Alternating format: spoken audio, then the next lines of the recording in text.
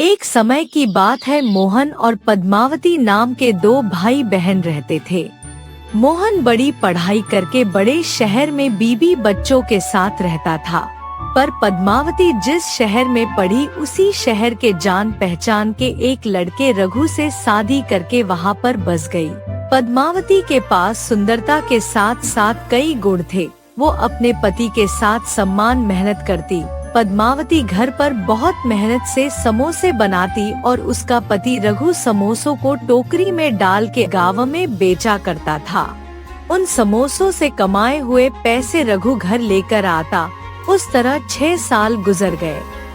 उन 6 सालों में पद्मावती को 3 बच्चे हुए, 2 लड़की और 1 लड़का। अपने तीनों बच्चों को दृष्टि में रखते हुए पद्मावती और रघु बहुत मेहनत से काम किया करते थे। पद्मावती के समोसे उस गांव में बहुत मशहूर थे। एक दिन पद्मावती का भाई मोहन पद्मावती के पूरे परिवार से मिलने शहर से गाँव आया। बहन, और कितने दिन यहाँ रहोगी? शहर आके यहाँ करने वाली समोसे का धंधा वहाँ कर लो ना। इसी दौरान रघु घर पर आया तो मोहन ने भी उसे यही बात दोहराकर बोला, इस जगह पर बहुत ज्यादा लोग नौकरी करने आते हैं, वहाँ पर अपने समोसे का धंधा शुरू करो। मैं जहाँ नौकरी करने जाता हूँ, हर सुबह मेरे साथ आके समोसे बेचो। जैसे मोहन ने कहा उसी तरह रघु शहर चला गया। मोहन के घर के बाजू में ही एक छोटा सा घर किराए पे लेकर वो लोग वहाँ रहने लगे, बिल्कुल गाँव के जैसे। यहाँ भी पद्मावती समोसे बनाती और रघु उन्हें लेकर मोहन के साथ नौकरी करने की जगह जाके समोसे बेचना शुरू किया। हर दिन मोहन नौकरी पर जाता और पैसे कमा कर लेके आता। वैसे ही रघु भी समोसे बेचकर हर दिन पैसे कमाकर घर लेकर आता था। पद्मावती के हाथों से बनाए हुए समोसे शहर वालों को भी बड़े स्वादिष्ट लगते थे।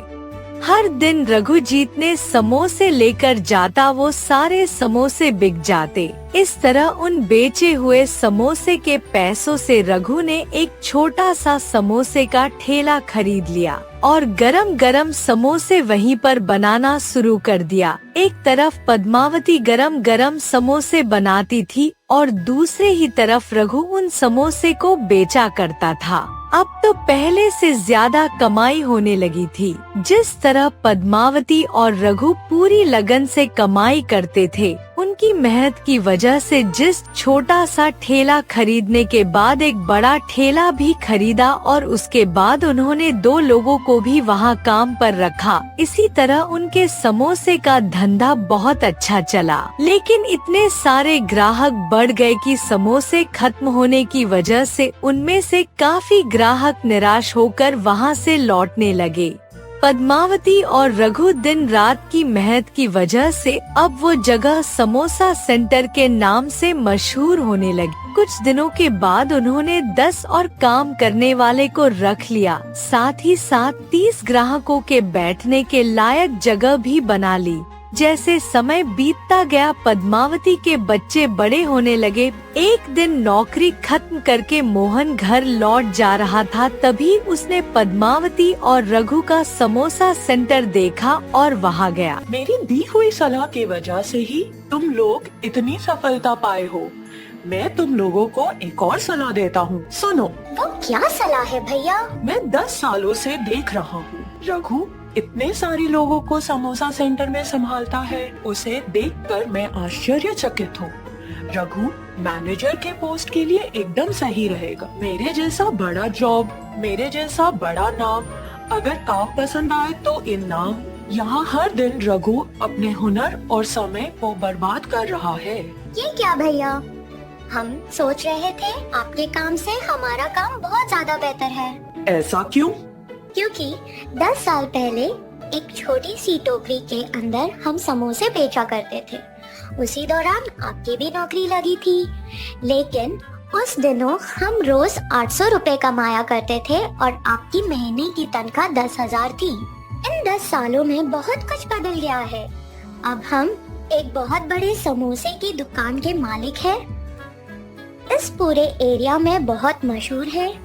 अपने इन 10 सालों में आप इन 10 सालों में मैनेजर बने, जिसके वजह से आपकी महीने की तनख्वाह 1 लाख हो गई है और हमारी 1 लाख से भी ज्यादा आमदनी है।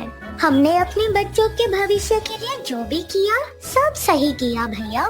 भविष्य के लिए? वो कैसे? हमने बहुत कम पैसों से अपना धंधा शुरू किया था। हमारे बच्चों को हमने जिस तरह मेहनत की उस तरह मेहनत की जरूरत नहीं है। एक दिन मेरा बेटा इस समोसे का ध्यान रखेगा और संभालेगा, पूरी तरह से बने हुए बिजनेस को आगे बढ़ाएगा। इन सारी बातों को सुनकर मोहन को भी लगा कि जो पद्मावती और रघु बोल रहे हैं वे एकदम सही है। वे चुपचाप यहाँ से चला गया। पद्मावती ने अपनी दोनों बेटियों की शादी कर दी और अपने बेटे को सारा धंधा सौंप दिया।